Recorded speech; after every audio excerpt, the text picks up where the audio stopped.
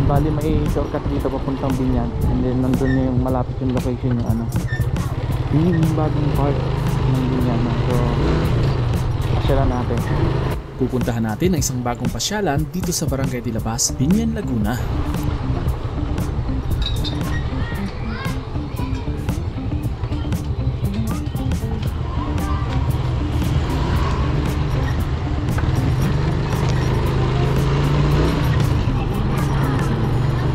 Mula San Pedro, dadaan tayo dito sa shortcut sa Barangay Landayan patungong Barangay de la Paz, saan matatagpuan ang bagong pasyalan dito sa gilid ng Laguna Lake.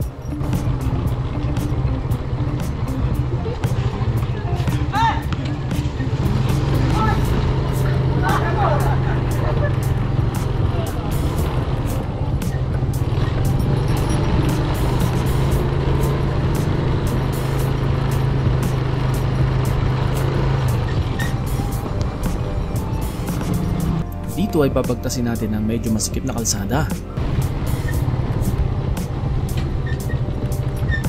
Mabato at malubak ang daan, kaya doble ingat sa pagdaan mo rito.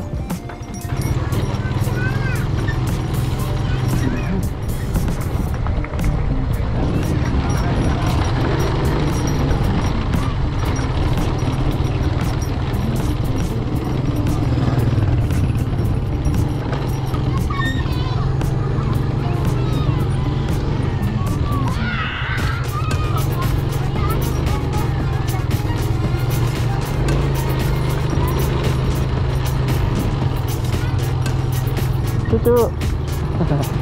So ito na yun. Ilang minuto pang lumipas at nakarating na rin tayo sa ating destinasyon. Mukhang maraming tao. Pero kasi ano, medyo hapon na, hindi na masyadong mainit, no? Oh.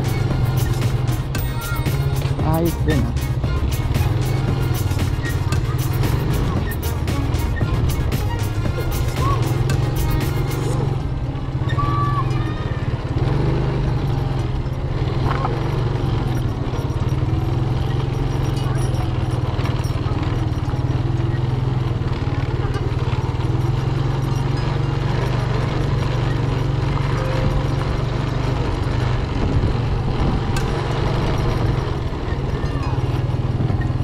So, hindi pa siya masyadong develop guys, pero yung maganda, no?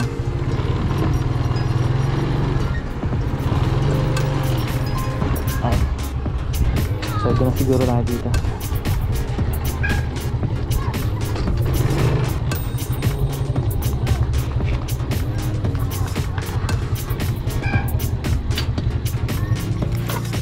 Pagdating mo rito, matatanaw mo ang mahabang park sa gilid ng lawa. Perfect ang view at napakagandang pagmasdan ng paglubog ng araw mula dito.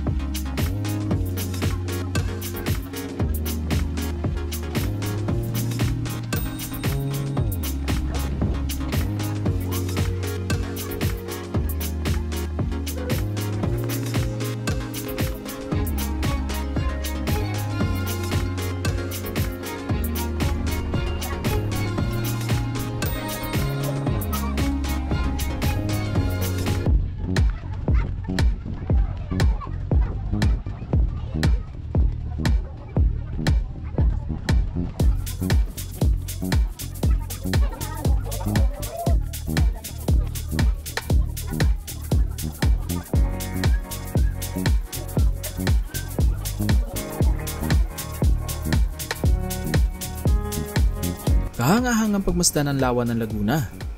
Alam nyo ba na ang lawa na ito ay may malalim na kasaysayan? Noong panahon ng kolonyalismong Espanyol, ito ay isang mahalagang ruta para sa kalakalan at transportasyon na nagdulot ng pag-unlad sa mga bayan at lungsod sa paligid nito. Ngunit sa paglipas ng panahon, ang lawa ay napinsala ng polusyon at pagpapalayas ng mga likas na taniman upang magbigay daan sa urbanisasyon at industrialisasyon.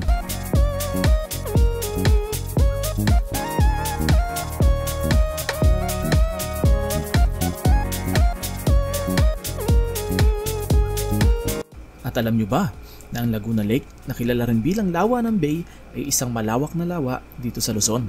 Tinatayang may lawak na humigit kumulang 911 square kilometers o may katumbas sa 352 square miles. Kaya ito ang tinaguriang pinakamalaking lawa sa bansa.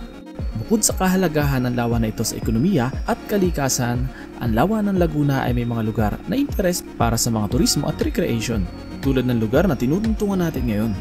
Kaya't sana, lalo pang paigtingin ang mga hakbang na kinakailangan upang mapangalagaan at mapanatili ang kalikasan ng lawa para sa mga susunod na henerasyon.